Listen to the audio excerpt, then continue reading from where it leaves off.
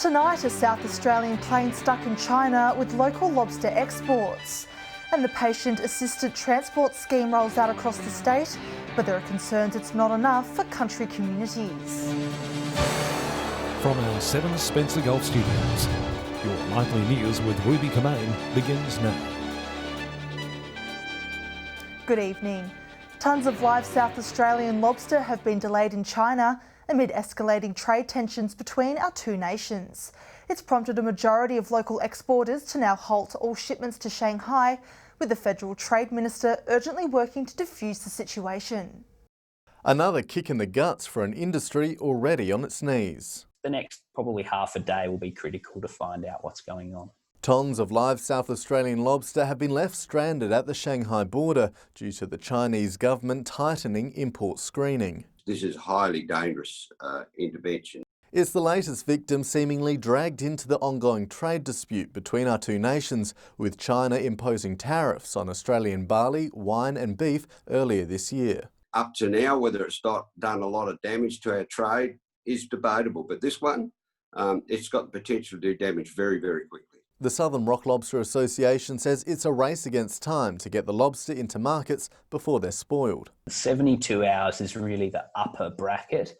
We probably aim for closer to 24 hours. It's understood some of the lobster was cleared through customs this afternoon, a glimmer of hope for producers who have halted any new shipments to China. I think it's just a process change. We'll learn the new process and we'll get on with it. The Federal Trade Minister has been in contact with the industry and his Chinese counterpart to try and defuse the situation. Questions are now mounting whether a breach of the World Trade Organization has been made. Unless there are genuine contaminations proved, that's my understanding, would be in absolute contravention of WHO and in contravention of our free trade agreement with China. 95% of Australian lobster is exported to China, the association waiting with bated breath to find out the next move. We expect that sort of by the end of today we'll have a little bit more information. Nathan Regter, 7 Spencer Golf News. A 75-year-old man has died after a shocking crash at Burra yesterday afternoon. Police say a trailer attached to a Holden Commodore became unhitched and swung into his vehicle on Goyder Highway. The man from the area died at the scene. A female passenger sustained minor injuries, as well as an 81-year-old driver of the other vehicle. 73 people have lost their lives on the state's roads, compared to 88 this time last year. More than 800 jobs are expected to be created in the Upper Spencer Gulf as part of a state government power supply deal. Mining and Energy Minister Dan Van Hulst-Pelikan says the deal is a great outcome for taxpayers. What it's really about is using the state government's bulk buying potential to get cheaper electricity for taxpayers, to get cleaner electricity, and also to have new investment. Works at the Coltana Solar Farm and Playford Battery are set to begin next year. Regional South Australians are set to benefit from changes to the Patient Assistant Transport Scheme. Coming into effect from today, the scheme aims to provide better access to medical treatment and more flexible travel support. The difficult task of accessing medical care now hoped to be a thing of the past for regional South Australians. From today, the state government's Patient Assistance Transport Scheme will see land and air travel subsidised for regional patients. These are a range of measures to make it more flexible for country South Australians as they get the support they need, both in terms of travel and accommodation. By having this extra flexibility within the service, they'll now be better financially supported to access the medical care that they need that they're just not able to get available locally. The criteria expansion also seeing accommodation subsidised. We're also making it more flexible. We're allowing people to use Airbnb and similar platforms to secure the accommodation that they might need. The Health Minister says the state government is aiming to provide better support. It's really important that in a stressful time when you're trying to find support for transport and accommodation, that those supports are available and that you can readily obtain information about what your entitlements are. SA Health is backing the scheme and says the changes will ensure regional patients who need medical treatment have greater accessibility. There will be extra subsidies available to patients and sort of ease that burden of what people were previously funding on their own. Katrina Musson, 7 Spencer Golf News. However, member for Giles Eddie Hughes says the changes to the PAT scheme doesn't go far enough for people living in the country. The Labor MP calling for more to be done to assist those in regional areas and to help cut out the red tape in accessing the subsidy. It's meant to make regional healthcare more accessible, but a South Australian MP says it's missing the mark. Country people are still not getting a fair go when it comes to accessing their health services in South Australia. Today, more changes were announced for the Patient Assistance Transport Scheme, broadening the criteria for those accessing the subsidy. This time around, we're offering more flexibility to carers or family members who need to go with the patient to provide that care and well-being. Labor MP Eddie Hughes says the changes don't go far enough for country people who need care, calling for services like Airbnb to also be subsidised. Accommodation support is not sufficient. There's very few hotels in Adelaide that the amount of money available in the subsidy covers the cost of. He also warns there's too much red tape to get through to access the support. Country people will still be disadvantaged when it comes to accessing health services. But Peter Trelaw says the changes are a big win for rural communities, with the government continually looking at making further improvements. We'll continue to monitor this and make changes as we see fit during the course of the oncoming months and years. Nathan Regter, 7 Spencer Golf News. Still to come tonight, concerns from authorities South Australian quarantine hotels are reaching max capacity, and a suicide prevention event held in Whyalla with written messages to raise awareness.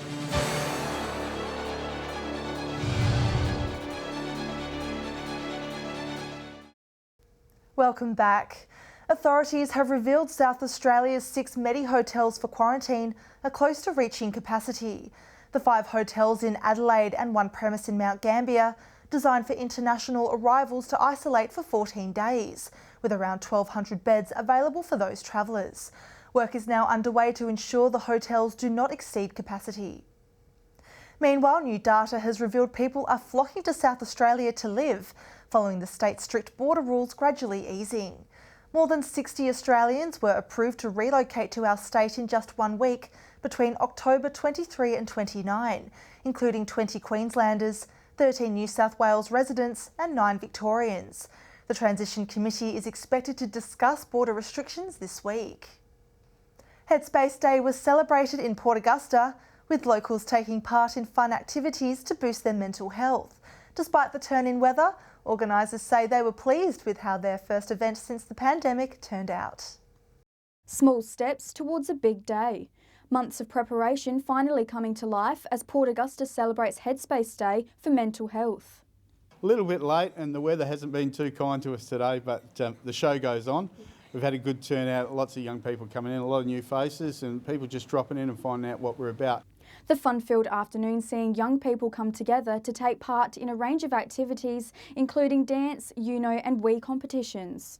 Engaging with people, getting involved with activities, meeting up with friends, eating well. We've had a great burger stall with nice healthy snacks for everybody. So yeah, good afternoon. And uniting throughout the day to spread positivity. It brings a lot of teenagers together to be a part of the community and just spend some time together and meet some new people, really. With this year's event focused on keeping your mental health in check, organisers say it's been a great way to bring the topic to the forefront. Headspace has a focus on the 7 tips for a healthy headspace, and sometimes that can seem a little bit daunting, and that's why we're breaking it down into small steps every day. Creating a safe space on the journey to improved mental health. It's great because then I can see all these different people having fun in a good atmosphere and they don't have to worry about anything. Katrina Musson, 7 Spencer Golf News. Meanwhile, Whyalla's Suicide Prevention Network held a special event over the weekend, encouraging locals to raise awareness and start a conversation around mental health.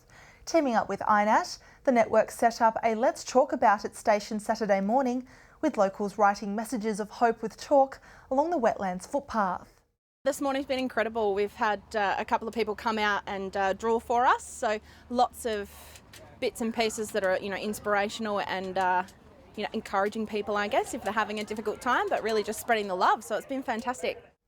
If you or someone you know needs help, Call Lifeline on 13 11 14. Stay with us after the break. The colourful show on the road, a roaring success in Whyalla over the weekend. And much needed upgrades unveiled at a Port Augusta tennis club.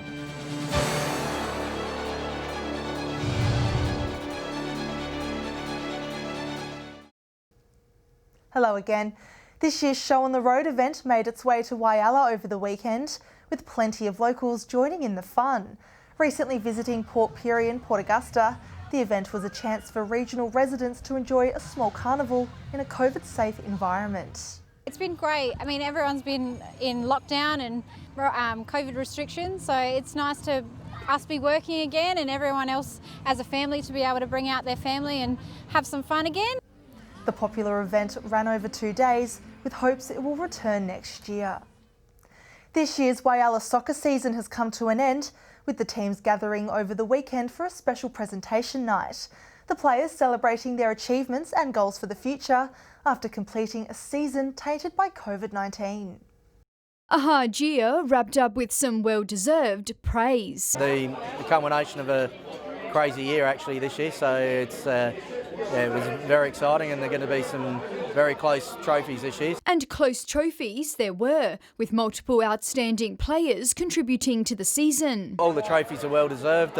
We've had a good year with all our cups and the league, but there's best player awards to go out and players, so they're all very important trophies to win. Wanderers winning this year's Jim Lawrenson League Championship, both in the reserves and A-grade teams. It was a very close league. It was a very good year for us, especially winning back-to-back since we hadn't won in 51 years. The League Cup, named after Alan Walker, a previous player of Westlands United, awarded to their team. Yeah, it's always great, especially in a troublesome year this year with COVID and stuff.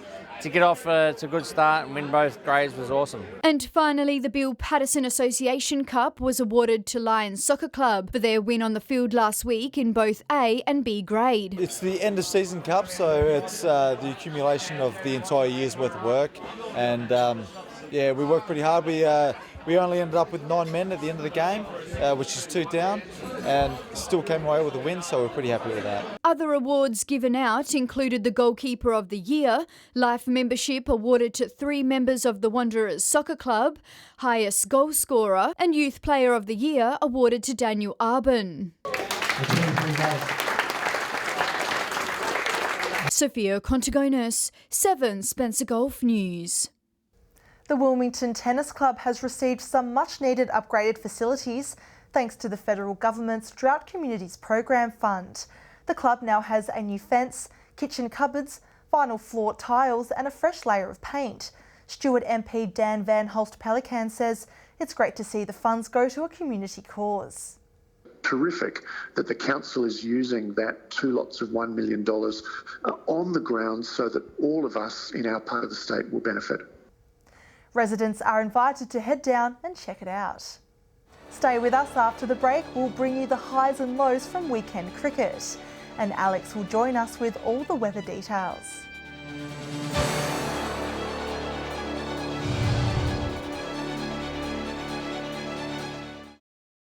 Welcome back. Whyalla held its first game of cricket of the season with 2 rival teams competing. The first game of the round saw a grand final rematch between Central and North Whyalla. Sophia Contigonis has this week's cricket wrap. It was the perfect day on Saturday with the sun shining here at Memorial Oval for Whyalla's first round of cricket. The first game saw North Whyalla take out the win with a score of 7 for 161. The result aided largely by Miller and Atkinson, who finished on 47 and 45 respectively. Central were bowled out for 97 in reply, with Raymond the Destroyer taking 5 wickets. In the second game, Rapina were too strong for newcomers West Whyalla. Rapina made 143 runs with the bat. West were no match, being bowled out for 67. Over to Port Pirie, a man of the match 82 from Southport's Mitchell Fuss was in vain as his side went down to Port Germain. In the other game, Wanderer scored 115 runs to set up the win over Proprietary. Over to Port Lincoln, where Charlton are firming as title contender after a 27-run win over Waybacks. In the second game, Lincoln South were bowled out by South Air with a total of 122 runs. And lastly, a quick-fire 63 from James Stockham helped Tasman edge out Todd River, the winning team scoring 164 runs. And finally, in Port Augusta, Corn defeated West with a score of 10 for 101. West only managing a score of 10 for 88. And over in the other game, Central Stirling defeated South Augusta. And that's all for cricket. Stay with us tomorrow for a wrap-up of sport. Time now to take a look at what's happening in the weather. Here's Alex. Thanks, Ruby, and good evening. Conditions were mostly fine and sunny throughout the day, but those conditions won't last much longer throughout the week. From 3 p.m, Port Augusta had a top of 34, Port Lincoln reached a high of 27 degrees, Cooper Pedy had the region's maximum temperature of 36. Broken Hill sunny with a maximum of 30 degrees, Woodner mostly fine with 34 degrees, Whyalla was a degree cooler with a top of 33, 32 was the max for Port Pirie, 31 degrees the top for Kadina, and Adelaide had mostly sunny conditions with a maximum temperature of 29 degrees. Wispy high jet stream cloud flirting with southern areas is not rain-bearing. Cloud west of the WA border associated with a trough was slowly pushed east, but is unlikely to cause rain due to a dry near surface air. Clear skies elsewhere due to a high pressure ridge. Moving on to tomorrow's weather outlook now, and we'll start with the Gulf waters. Northeasterly winds ranging between 10 and 20 knots. Seas will be below 1 metre with south to southwesterly swells below 1 metre. To tomorrow's temperatures now, Port Lincoln cloudy with a high of 30 degrees. Cleve wind easy then becoming cloudy with a top of 36. Woodner will have similar conditions and reach a maximum of 38. Whyalla will be mostly sunny and a top of 36 degrees. Port Augusta hot, sunny day with 38 the maximum. Kadina mostly sunny, set to reach a high of 34.